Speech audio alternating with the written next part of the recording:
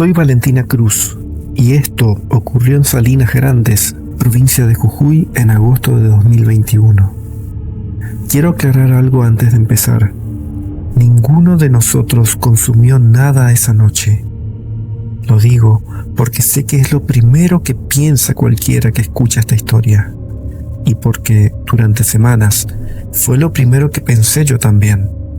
Hasta que hablé con Dante por separado y su versión era idéntica a la mía en cada detalle.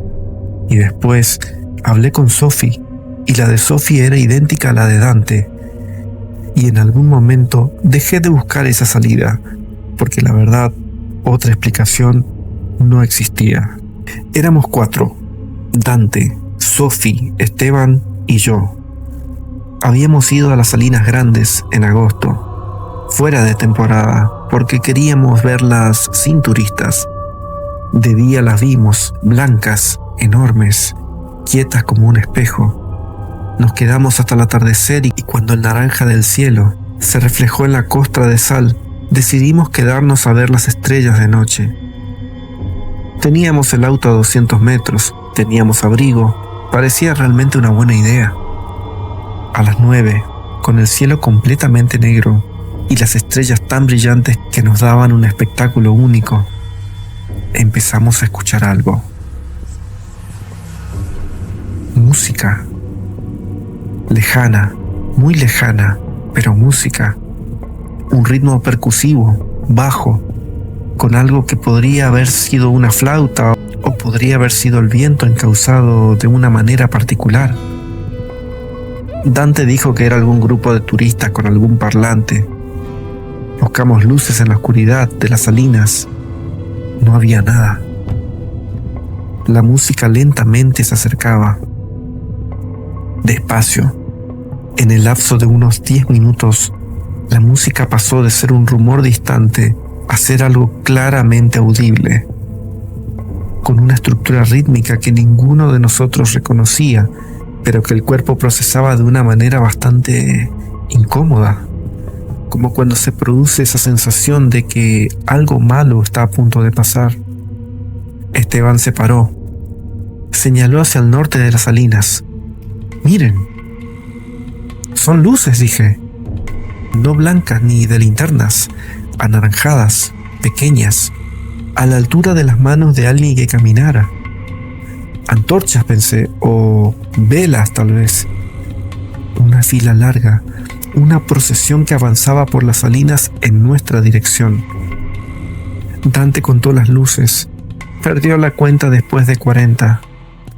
La procesión avanzaba en silencio, excepto por la música que llegaba antes que ellos, como una advertencia o como una invitación. Marchaban en filas, de a 2, espaciados regularmente, con un paso que desde donde estábamos parecía demasiado uniforme para ser natural, como si no fueran personas caminando, sino figuras extrañas que se asemejaban a personas caminando. Sofi dijo: «Che, ¿y si nos vamos?» El grupo se quedó esperando en una tensa calma. ¿Esperando qué? Ni idea. Ese instinto primitivo del ser humano de quedarse en un lugar donde el peligro es inminente. De repente, de esa calma hubo algo más perturbador. De la nada, se oyó un grito desgarrador, un lamento que terminó de confirmarnos que no estábamos seguros allí. Juntamos rápidamente nuestras cosas y nos movimos hacia el auto. Las salinas de noche son traicioneras. La superficie blanca refleja lo poco que hay de luz y crea la ilusión de visibilidad, pero hay sectores donde la costa es delgada y cede, y sectores donde el suelo es irregular y te hace tropezar. Caminamos rápido, sin poder correr del todo, cuidando cada paso, los 4 juntos. La procesión de repente se detuvo por unos segundos. Nosotros también. Y rápidamente cambió de dirección, directamente hacia nosotros. No gradualmente, en un momento marchaban en línea recta y en el momento siguiente habían girado y apuntaban hacia donde estábamos nosotros, como si alguien les hubiera dado una orden simultánea.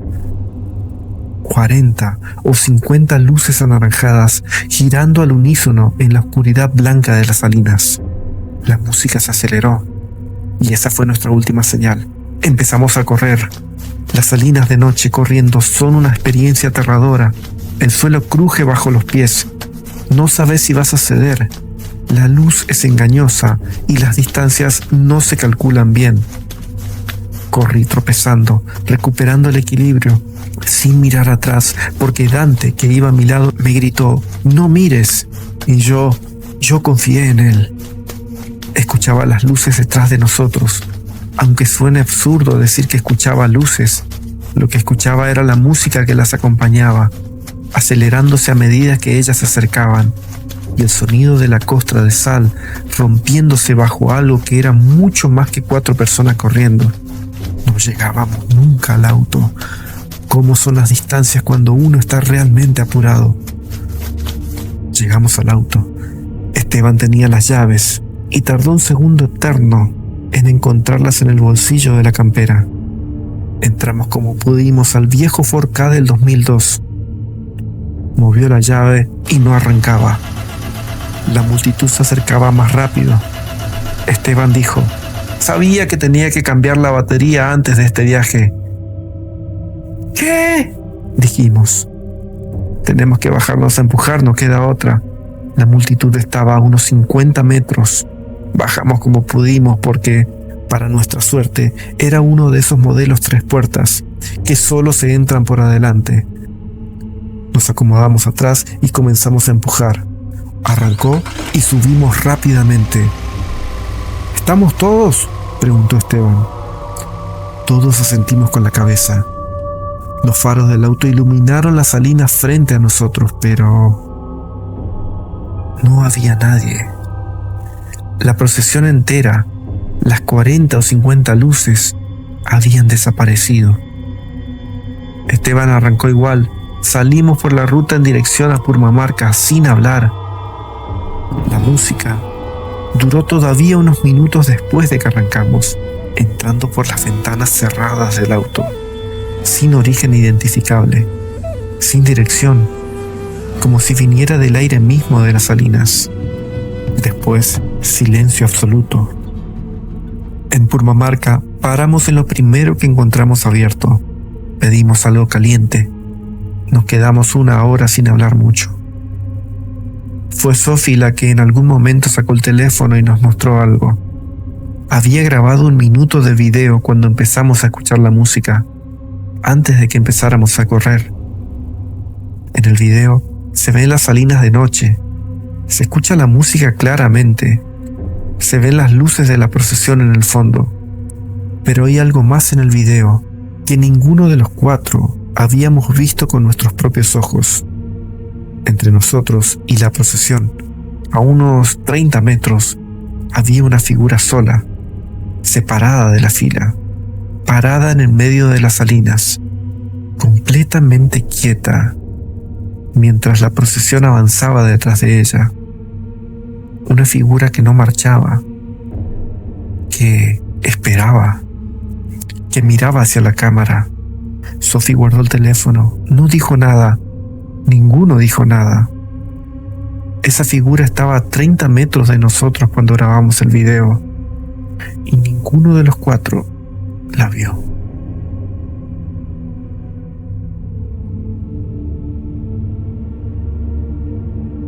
Esto ocurrió en el ingenio La Esperanza, en la provincia de Jujuy. Fue hace varios años y voy a estar arrepentido toda mi vida. Nunca debimos haber entrado a ese cañaveral de noche. Fue una apuesta estúpida, de esas que se hacen entre amigos cuando el aburrimiento pesa más que el instinto. Éramos 4, el Dani, la Flor, el Seba y yo. Estábamos en San Pedro de Jujuy, en la casa quinta de los padres del Seba, a unas cuadras del ingenio La Esperanza. La noche estaba pesada, de esas noches de verano en el que el aire no se mueve y los perros ladran sin motivo. Alguien, no recuerdo quién, mencionó la leyenda del familiar. Dijeron que en los cañaverales del ingenio abandonado todavía se escuchaban los ladridos de esa cosa, ese perro negro del tamaño de un ternero que, según los viejos, los patrones alimentaban con peones para asegurarse buenas cosechas. Nos reímos. El Seba, que siempre fue el más capo del grupo, propuso meternos en el cañaveral viejo, el que está pegado al paredón de adobe del ingenio, y grabar un video para subir a las redes. La Flor se negó al principio, pero terminó aceptando cuando el Dani la acusó de miedosa. Eran las 2 de la madrugada cuando saltamos el alambrado. El cañaveral era un túnel de hojas secas y filosas que nos arañaban los brazos y la cara. La luna, apenas una astilla amarillenta, no alcanzaba a iluminar el suelo. Prendimos las linternas de los celulares y avanzamos en fila india. El Seba adelante, la Flor detrás mío y el Dani al final. El ruido de las cañas al rozarse era ensordecedor, como un susurro multiplicado por 1000.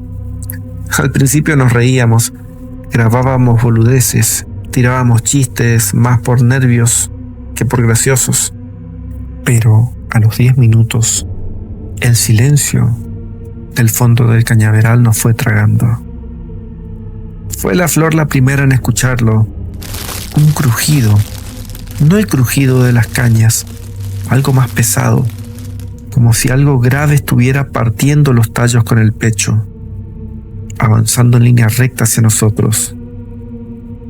Apagamos las linternas por instinto, como si la oscuridad pudiera escondernos. El ruido se detuvo, y en ese silencio espeso lo olimos, un olor a perro mojado, a carne podrida, a algo dulzón y penetrante que se metía en la garganta y daban ganas de vomitar. El Dani fue el primero en correr, salió disparado cañaveral adentro, en dirección contraria al ruido, gritando algo que no entendí. La Flor lo siguió y también el Seba. Yo quise correr también, pero me quedé clavado, no por valentía, sino porque lo vi a los ojos. 2 puntos de un amarillo sucio que brillaban a la altura de mi pecho entre las cañas. No pestañeaban, no se movían, solo me miraban, y detrás de esos ojos, en la penumbra, adiviné una silueta. Una mole negra, compacta, que respiraba con un ronquido húmedo, como de fuelle roto. El olor se hizo insoportable. Sentí un calor fétido en la cara, como si esa cosa estuviera exhalando a centímetros de mí. No sé cómo salí. Recuerdo correr, tropezar con los surcos de tierra, sentir las cañas azotándome la cara, el corazón golpeándome en las sienes. Recuerdo los ladridos. No eran ladridos de perro, eran más graves, más largos, como un lamento que venía de muy adentro de la tierra. Recuerdo llegar al alambrado y pasar por un agujero que ni siquiera sabía que existía. Recuerdo encontrar a los demás en la ruta, pálidos, temblando, con las ropas rajadas. El Dani tenía un arañazo profundo en el brazo, 3 surcos paralelos que sangraban, como si una garra lo hubiera rozado al escapar. Ninguno volvió a hablar del tema, pero esa noche, cuando por fin nos dormimos en el living de la quinta, amontonados como ganado, todos escuchamos lo mismo desde afuera, un jadeo húmedo detrás de la ventana y el sonido de algo grande escarbando la tierra junto a la puerta. El Seba se levantó y miró por la cortina. No dijo nada, solo se sentó en el sillón blanco como un papel y se quedó mirando el techo hasta que amaneció. A la mañana siguiente, junto a la puerta, encontramos unas huellas enormes en el barro. No eran de perro, eran más grandes que mi mano abierta y se perdían en dirección al cañaveral.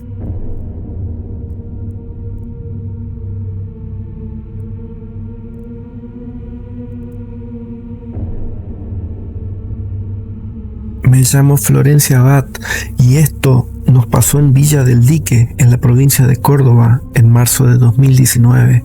Éramos 7 Y la verdad, ninguno de los 7 debería haber entrado.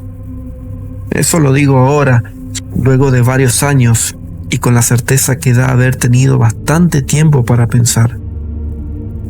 En ese momento éramos 7 pibes de 20 y pico de años, con 2 botellas de Fernet encima, una linterna y la convicción de que el miedo era algo que le pasaba a otra gente.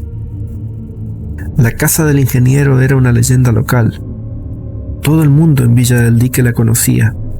Una mansión de principios del siglo XX, construida por un ingeniero hidráulico que trabajó en el embalse y que murió adentro en circunstancias que dependían de quién contara la historia.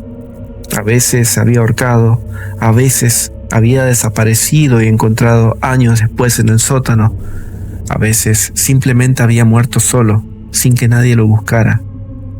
Y la casa había absorbido esa soledad de una manera que el tiempo no había podido disolver. Llevaba décadas abandonada. Los vecinos del camino de tierra que pasaban frente a ella decían que de noche se veían luces. Nadie había entrado allí en años, hasta que lo hicimos nosotros. El portón de hierro se dio con un empujón. El jardín era una selva de yuyos y árboles que habían crecido sin ningún criterio durante décadas. La casa al fondo, enorme, con las ventanas cegadas y la fachada cubierta de enredadera, hermosa y podrida al mismo tiempo, como esas cosas que duran más de lo que deberían. Entramos por una ventana lateral cuyo marco se había podrido hasta quedar libre. Adentro olía a tierra, a madera húmeda, a algo dulce y viejo que ninguno de nosotros supo identificar. El piso crujía con cada paso. Las paredes tenían manchas que la linterna convertía en formas extrañas. Los primeros 20 minutos fueron exactamente lo que esperábamos.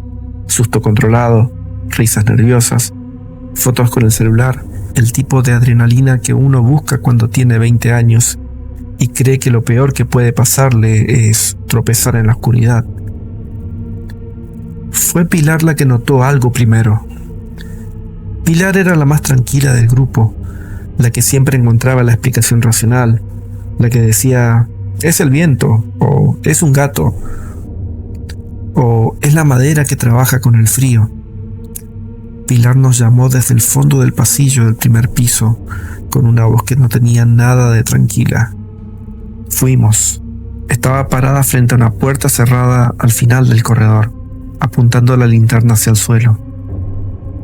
En el polvo del piso había huellas recientes, claramente recientes, porque el polvo en el resto del pasillo era uniforme, y éstas lo interrumpían. Pies descalzos grandes que venían desde la puerta al fondo del corredor y llegaban hasta donde nosotros estábamos parados. Las huellas llegaban hasta nuestros pies y no seguían, como si quien las había dejado se hubiera detenido exactamente ahí, en ese punto, justo antes de que llegáramos nosotros. Nadie dijo nada durante unos segundos. Después Mateo dijo que eran huellas viejas, que el polvo podía conservar huellas durante años. Nadie le creyó del todo, a decir verdad, pero todos asentimos, porque era mejor que cualquier otra alternativa. Decidimos bajar y explorar la planta baja. Bajamos en grupo, sin separarnos, con la única linterna en la mano de Guille, que era el más alto y podía alumbrar más lejos. La planta baja tenía un gran salón, una cocina, un comedor, un estudio con los restos de una biblioteca. Empezamos por el salón.